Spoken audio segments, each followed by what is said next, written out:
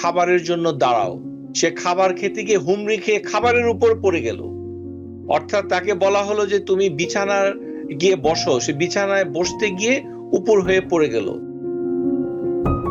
তার মনোযোগের সমস্যা, অথবা সে স্থির থাকতে পারে না, মোচড়ামুচড়ি করে, হাত পা ছোড়াছুড়ি করে, উপরে উঠতে চায়, প্রশ্ন কথা বলার আগেই কথা বলতে থাকে, অন্যের কথার ভেতরে বাগড়া দিতে থাকে।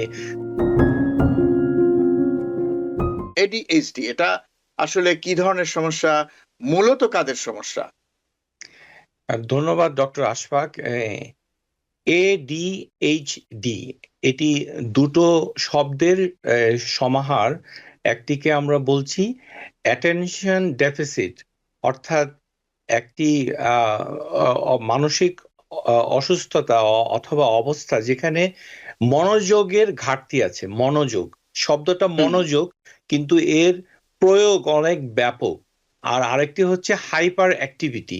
হাইপার অ্যাক্টিভিটি হচ্ছে অতিমাত্রায় মানে শারীরিক কসরত। এটা ইংরেজি ভাষায় বললে দুই ভাগে ভাগ করতে হবে।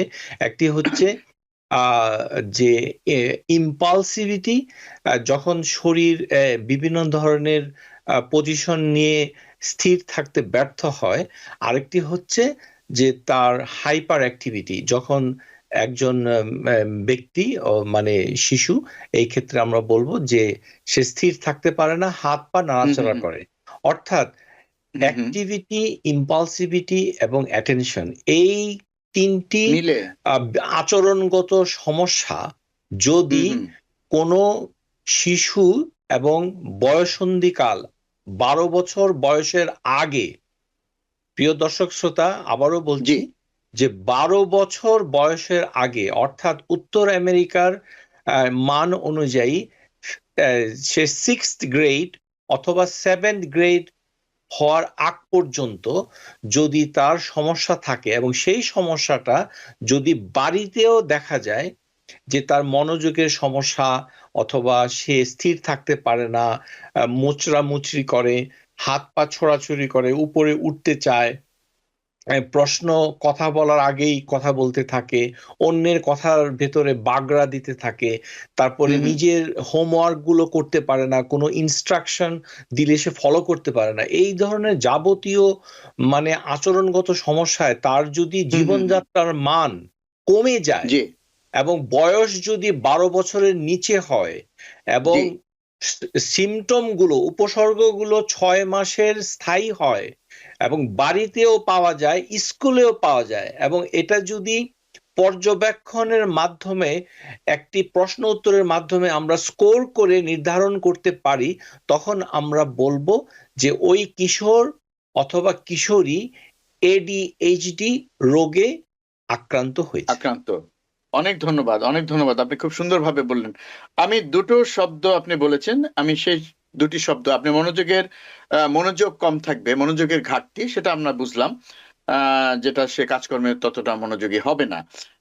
আপনি কিছুটা বলেছেন, যেমন ইম্পালসিভিটি এবং হাইপার অ্যাক্টিভিটি। তো এই দুটো বিষয়কে আপনি যোগ করেছেন, এই তিনটি মিলিয়ে আপনি বলছেন যে সমস্যাটা আচরণগত সমস্যা, সেটাই ADHD। তো এই হাইপার অ্যাক্টিভিটি এবং ইম্পালসিভিটি, এই দুটো সম্পর্কে যদি একটু বলেন, যে এই দুটোর মধ্যে আসলে কি কি ধরনের আচরণ থাকে, তখন আমরা বুঝবো যে এটা হাইপার অ্যাক্টিভিটি বা ইম্পালসিভিটি। অত্যন্ত মানে গুরুত্বপূর্ণ বিষয়। প্রিয় দর্শক শ্রোতা, যদিও অসুখটির নাম attention deficit hyper activity disorder, তবে দেখা যায় যে কোনো রোগীর হয়তো অ্যাটেনশনের কোনো সমস্যা নাই, কিন্তু তার হাইপার অ্যাক্টিভিটির সমস্যা আছে। তখন আমরা বলি হাইপার অ্যাক্টিভিটি প্রিডমিনেন্ট, অর্থাৎ এটার প্রাধান্যতা বেশি। আবার দেখা যায় যে হাইপার অ্যাক্টিভিটি তেমন একটা নাই, কিন্তু তার মনোযোগের প্রচুর ঘাটতি আছে। যেমন তো তখন আমরা বলি ইন অ্যাটেনশন প্রিডমিনেন্ট। আবার কোন রোগীর ক্ষেত্রে দেখা যায় যে উভয়টাই আছে, তাহলে আমরা 3 ভাগে ভাগ করছি। এখন প্রশ্ন হলো যে হাইপার অ্যাক্টিভিটিটা কিভাবে বিকাশ ঘটে, অর্থাৎ আমরা কিভাবে বুঝবো যে এই শিশুটার হাইপার অ্যাক্টিভিটি হচ্ছে।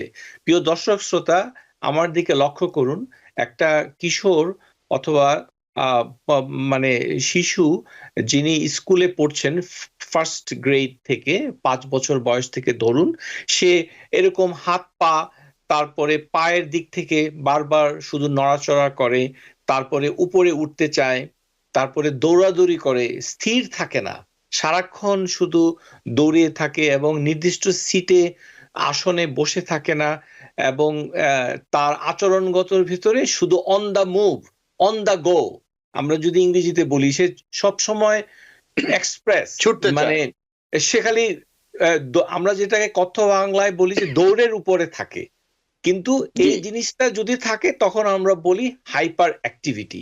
আর আচ্ছা। যখন আমরা ইম্পালসিভিটি বলবো, সেই ক্ষেত্রে আমরা বলবো যে তার যেখানে নিয়ন্ত্রণ করার কথা, যেমন তাকে বলল যে তুমি খাবারের জন্য দাঁড়াও, সে খাবার খেতে গিয়ে হুমড়ি খেয়ে খাবারের উপর পড়ে গেল।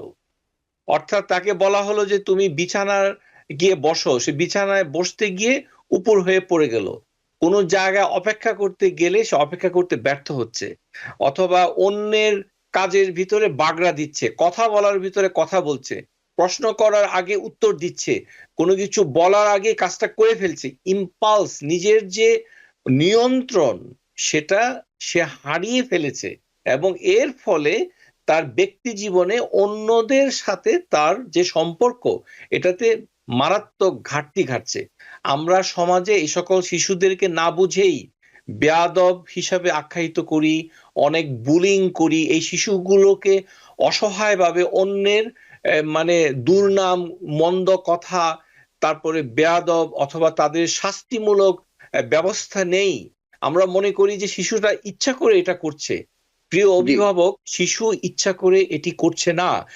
এডিএইচডি একটি নিউরো ডেভেলপমেন্টাল ডিসঅর্ডার, অর্থাৎ মানব শিশু যখন বড় হয় তখন তার মস্তিষ্কের প্রিফ্রন্টাল কর্টেক্সের যে কাঠামোগত কিছুটা ব্যতিক্রম থাকে, এবং সেই সাথে ভেতরে যে দুটো কেমিক্যাল রয়েছে, একটি হচ্ছে ডোপামিন এবং আরেকটি হচ্ছে নর এপিনেফ্রিন। এই দুটো কেমিক্যালের স্বল্পতা থেকে ব্রেনের কোনো অংশে থাকাতে তার মনোযোগ এবং তার মানে মুভমেন্ট, অর্থাৎ নড়াচড়ার একটা বৈষম্য এমনভাবে দেখা দেয়, যখন সে সামাজিক কাজকর্মগুলো, স্কুলের কাজগুলো, আচরণগত কাজগুলো একেবারেই করতে পারে না। ফলে শিশুটি, কিশোরটি শাস্তির মুখে হয়, বুলির শিকার হয়, এবং ক্রমান্বয়ে তার অবস্থা অবনতি ঘটতে থাকে। নিউ ইয়র্ক থেকে সম্প্রচারিত TVN 24 টেলিভিশন, বিশ্বজুড়ে বাঙালির কণ্ঠস্বর।